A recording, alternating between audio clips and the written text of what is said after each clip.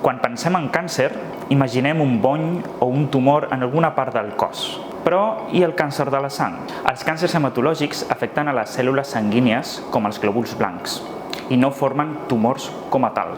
Es poden distribuir al llarg de la medul·la òssia, dels ganglis limfàtics o de tota la sang. De càncer hematològic hi ha de diferents tipus. Per una banda tenim les leucèmies, que afecten la medul·la òssia i els glòbuls blancs. Per altra banda, tenim els limfomes, que afecten els ganglis limfàtics i les cèl·lules limfoides. I per últim, el mieloma múltiple, que afecta unes cèl·lules anomenades cèl·lules plasmàtiques. Sovint es diagnostiquen amb analítiques de sang, proves d'imatge o estudis de medul·la òssia.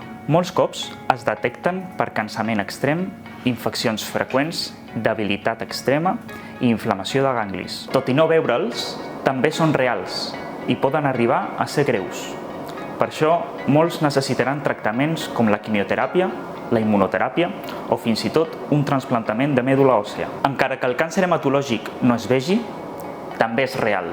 El primer pas per combatre'ls és entendre'ls i informar-nos.